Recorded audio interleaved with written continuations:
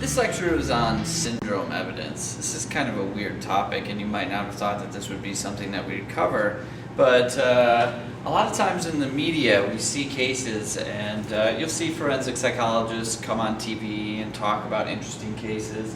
Maybe you've heard of something like battered women syndrome. This right here was a case of a woman that murdered her husband. She was a teacher. This is in Michigan, my home state, and I think she had like 57 stab wounds and 14 blows to the back of her husband's head with a hatchet.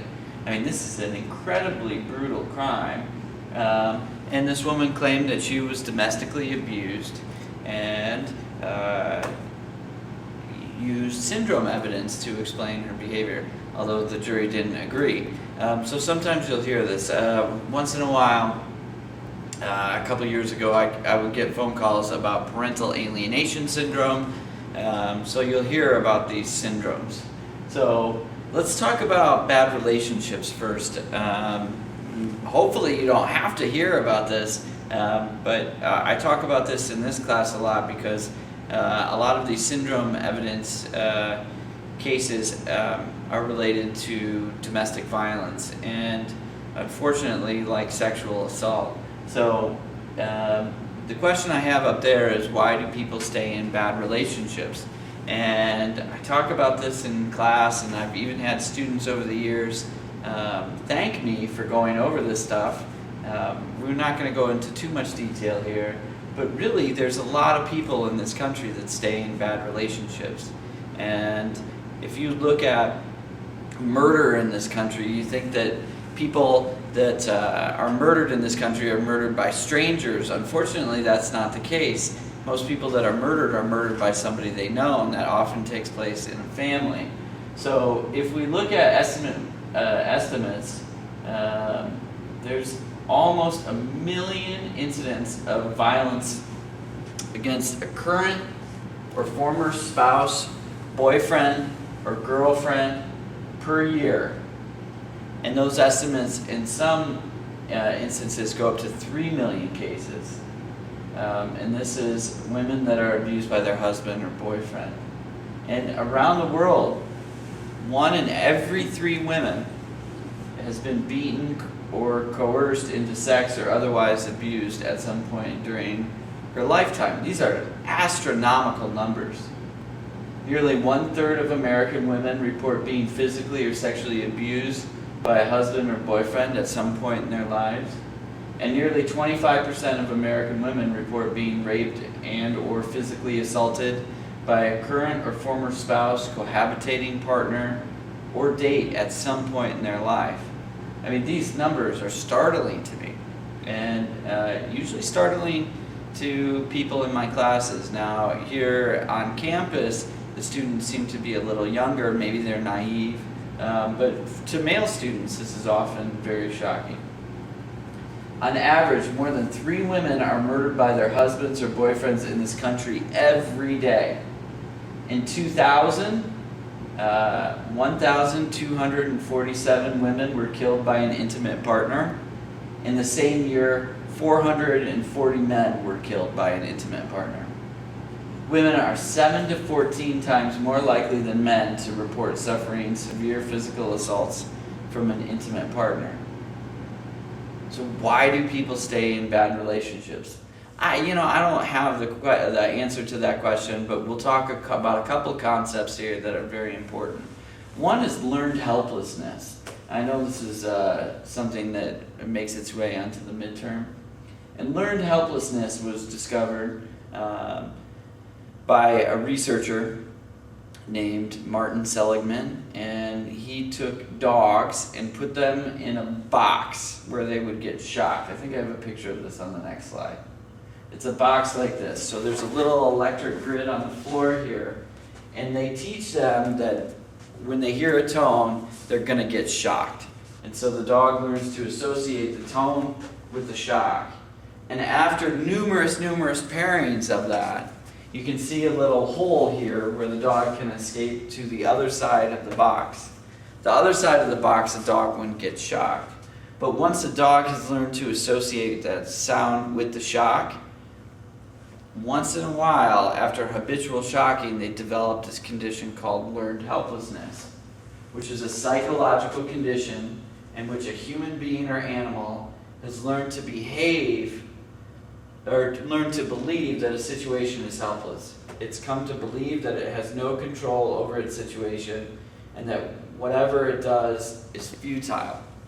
Now, unfortunately, I see this a lot with students, and when I was working doing clinical work, I would see it with clients as well. So a lot of times people believe that there's nothing they can do, and it's like their world, they have been shocked a lot. Now imagine being in an abusive relationship.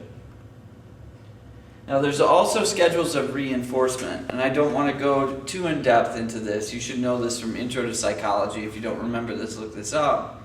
But I always reference the slot machine relationships, and I've had one student in particular thank me for explaining to her a slot machine relationship because then she broke up with her boyfriend. But what is a slot machine relationship? What do I mean by that? Well, that's an intermittent reinforcer. So if you have a lousy relationship and then once in a while you have a good day, maybe once a month you have a good day with your partner, well, that's kind of like playing a slot machine. It might not seem that reinforcing, but that schedule of reinforcement is the most reinforcing schedule of reinforcement that we have. So that would be called a variable ratio schedule. And it's like that. So think about a slot machine. You're playing the slot machine and you pull the lever or push a button, and every once in a while you get a reinforcer or money or the bells going off or tokens. I don't really know. A fixed ratio would be like a paycheck. So that would be like if every Friday night you have a good night with your spouse. So that's kind of interesting to think about. The next thing that I want to talk about is the cycle of violence. And every time I give this lecture, I'd like to talk about someone that I think is like evil and should probably be removed from television and has been, I think, one of the most significant contributors to the cycle of violence in our society. And he doesn't even know about it. And you're going to think this sounds crazy, but this would be Maury Povich.